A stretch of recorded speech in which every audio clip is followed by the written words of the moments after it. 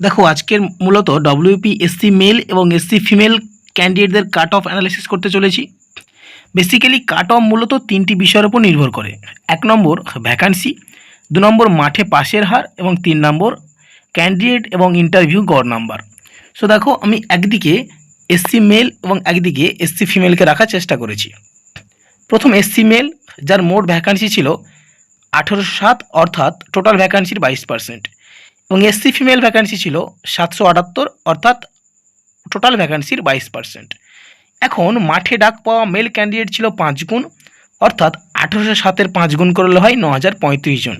ঠিক তেমনই ফিমেল ক্যান্ডিডেটদেরকেও মাঠে 5 গুণ ডেকেছিল, অর্থাৎ 778-এর 5 গুণ মানে 3890 জন। এখন যদি আমি ধরে নিই 5% ক্যান্ডিডেট মাঠে অ্যাবসেন্ট ছিল, অর্থাৎ 9035 জনের 95% প্রেজেন্ট ছিল, অর্থাৎ 8583 জন। ঠিক তেমনই ফিমেল ক্যান্ডিডেটদের যদি 95% মাঠে প্রেজেন্ট ধরে নিই, তাহলে 3695 জন। এখন কেউ কেউ হাইট এবং ওয়েটে বাদ যায়, ধরে নিচ্ছি 95% হাইট ওয়েটে ফিট ছিল, তাহলে 8154 জন, এবং ফিমেলদের 3695 জনের 95% করলে 3510 জন। আবার 8154 জনের মধ্যে মেল ক্যান্ডিডেটদের মধ্যে এসসি মেলরা কিন্তু বরাবরই ইউআরের থেকে একটু বেশি পাস করে। ইউআরে যদি 40% পাস করে, আমরা দেখেছি এসসি ক্যান্ডিডেটরা 50% পাস করে যায়। তো এক্ষেত্রে 50% ধরা হয়েছে, যার জন্য 4077 জন মাঠে পাস ক্যান্ডিডেট।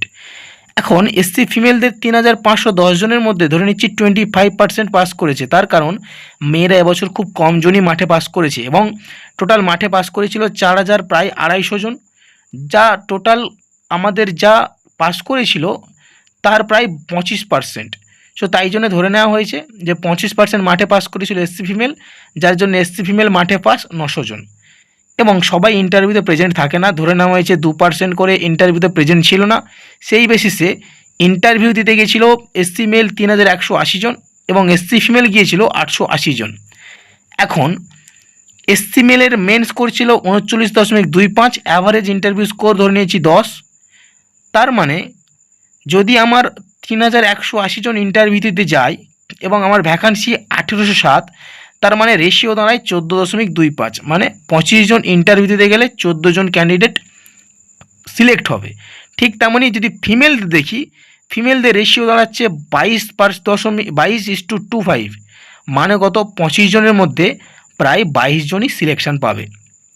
এখন আমি যদি মেন স্কোর আর অ্যাভারেজ স্কোর যোগ করি, এসসি মেলের ক্ষেত্রে দাঁড়াচ্ছে 49.25, কিন্তু ভালো করে বুঝবে এই জায়গাটা হচ্ছে বড় অংশ, যে এর মধ্যে 1807-এর 5 গুণ যে 9035 জনকে ধরেছি, এরা কিন্তু কেউ ইউআরে সিলেক্ট হয়নি।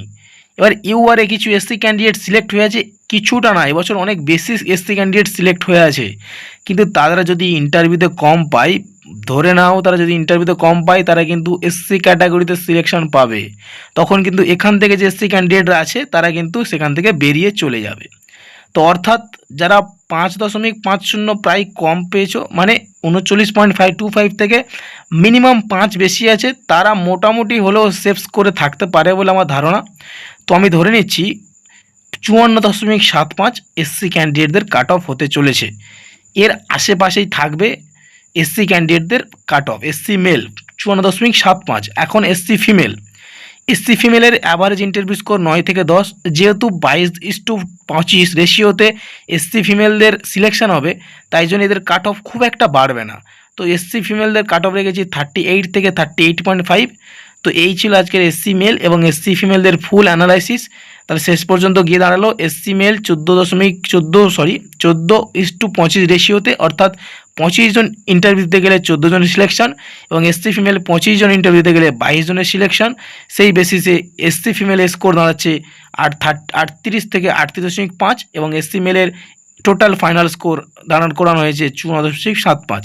আশা করছি এর মধ্যেই থাকবে। যদি ভিডিওটি ইনফরমেটিভ এবং লজিক্যাল মনে হয়, তাহলে লাইক করে সাবস্ক্রাইব করে দিও এবং তোমার বন্ধুদের মধ্যে শেয়ার করে দিও। ঠিক আছে, ততক্ষণের জন্য টাটা, বাই বাই, দেখা হচ্ছে পরবর্তী ভিডিওতে।